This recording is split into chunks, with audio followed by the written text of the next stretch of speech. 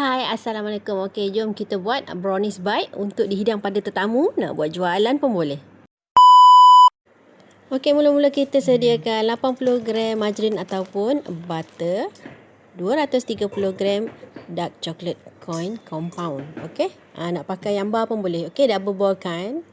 Okey, kemudian dalam satu bekas lain sediakan 2 biji telur grade A. Okey, kalau nak pakai grade B boleh, tapi adunan akan sedikit pekat nanti. 1 sudu kecil creamy vanila. Okey, kemudian gaul sebati.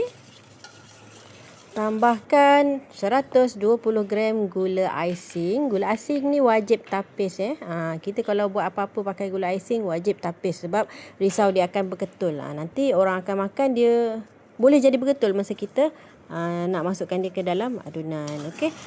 Just sebatikan dia, tak payah gaul beria-ria. Okey, kita pakai hand whisk saja. Okey, kemudian masukkan coklat yang kita dah bol-bolkan tadi. Masukkan panas-panas. Kalau tak panas nanti tak jadi dia punya kedut. Okey, gaul sebati juga. Okey, kemudian tambahkan 100 gram tepung gandum dan 35 gram serbuk koko. Gaulkan sampai ke semua bahan kering tu sebati dengan bahan basah. Okey, kalau telur korang kecil tadi memang dia akan pekat sangat. Susah nak pipe nanti. Okay, kemudian masukkan ke dalam piping bag. Okey, saya pakai piping bag size L. Okey, ngam. Muat satu piping bag untuk satu adunan ni. Ini adunan brownies 8 inci Kalau korang tengok resepi sama je. Okey, kita pakai cup yang buat kuih raya Elmer London tu.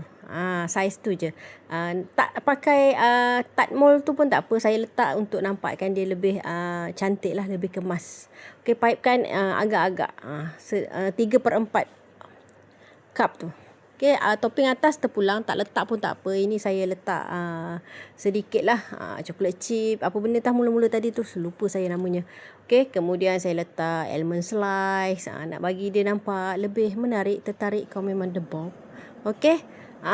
Abang panaskan macam biasa 10 minit. Okey, kemudian kita bakar suhu 140 darjah Celsius selama 30 minit. Ini hasil kita punya brownies bite. Satu adunan ni kita boleh dapat 50 ke 60 pieces. Okey, dia dapat lebih banyak daripada kita pakai loyang. Okey, selamat mencuba, semoga bermanfaat.